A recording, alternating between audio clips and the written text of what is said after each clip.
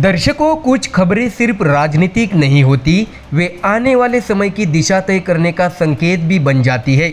देश की राजधानी दिल्ली में सोमवार को होने जा रही इंडिया गठबंधन की बैठक को भी ऐसे ही एक बड़े राजनीतिक घटनाक्रम के तौर पर देखा जा रहा है।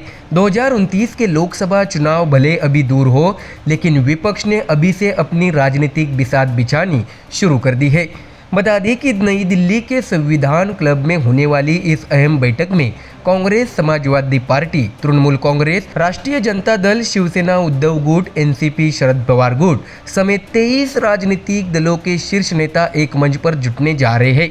बैठक का मकसद सिर्फ विपक्षी एकता का प्रदर्शन नहीं, बल्कि मोदी सरकार के खिलाफ साझा राजनीतिक नैरेटिव तैयार करना भी है। बता दें कि बैठक में कांग्रेस अध्यक्ष मल्लिकार्जुन खड़गे, लोकसभा में नेता प्रतिपक्ष राहुल गांधी, समाजवादी पार्टी प्रमुख अखिलेश यादव, पश्चिम बंगाल की पूर्व मुख्यमंत्री ममता बनर्जी, आरजेडी नेता तेजस्वी यादव, शिवसेना सांसद संजय राउत और एनसीपी नेता सुप्रिया सुले जैसे चेहरे शामिल होंगे। हालांकि दर्शकों, लेकिन इस बैठक से पहले ही विपक्षी एकता की तस्वीर में एक हल्की दरार भी दिखाई दी है।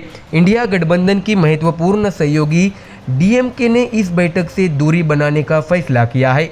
तमिलनाडु के पूर्व मुख्यमंत्री एमके स्टालिन की पार्टी का शामिल न होना राजनीतिक गलियारों में चर्चा का विषय बना हुआ है। हालांकि गठबंधन के नेताओं का दावा है कि डीएमके की अनुपस्थिति का मतलब मतभेद नहीं है और सरकार विरोधी मुद्दों पर सभी दल एकजुट है।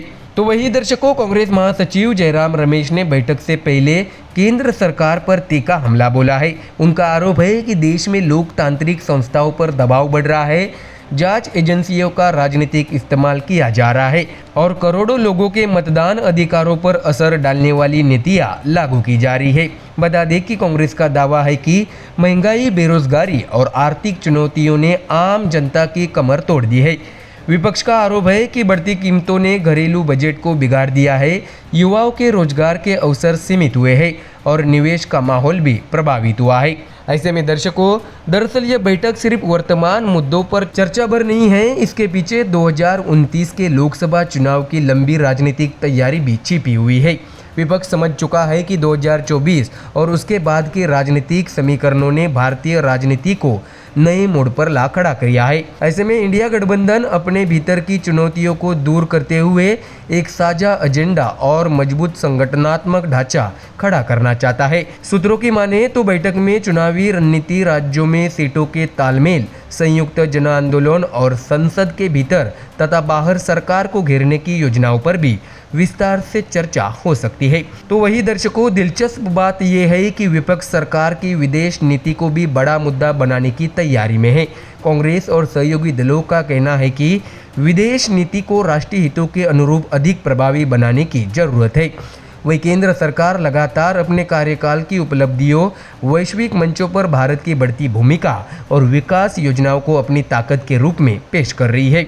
यानी राजनीतिक लड़ाई अब सिर्फ संसद या चुनावी मंचों तक सीमित नहीं रहने वाली, बल्कि महंगाई से लेकर रोजगार, संविधान से लेकर लोकतंत्र और विदेश नीति से लेकर अर्थव्यवस्था तक कई मोर्चों पर लड़ी जाएगी। तो दर्शकों, फिलहाल दिल्ली में होने वाली इंडिया गठबंधन की यह बैठक विपक्षी राजनीति की अगली दिशा तय करने वाली मानी जा रही है। एक तरफ 23 दलों की मौजूदगी विपक्षी एकजुटता का संदेश देने की कोशिश करेगी, तो दूसरी तरफ डीएमके की गैर मौजूदगी जैसे सवाल भी चर्चा में रहेंगे। अब सबकी निगाहें इस बात पर टिकी है कि क्या विपक्ष 2029 की चुनौती के लिए एक मजबूत और भरोसेमंद विकल्प का खाका तैयार कर पाता है, या फिर यह एकजुटता सिर्फ तस्वीरों तक सीमित रह जाती है। तो दर्शकों, फिलहाल इस खबर में इतना ही। देश और दुनिया की बाकी और खबरें जानने के लिए जुड़े रहिए हमारे चैनल MDR न्यूज़ के साथ। धन्यवाद।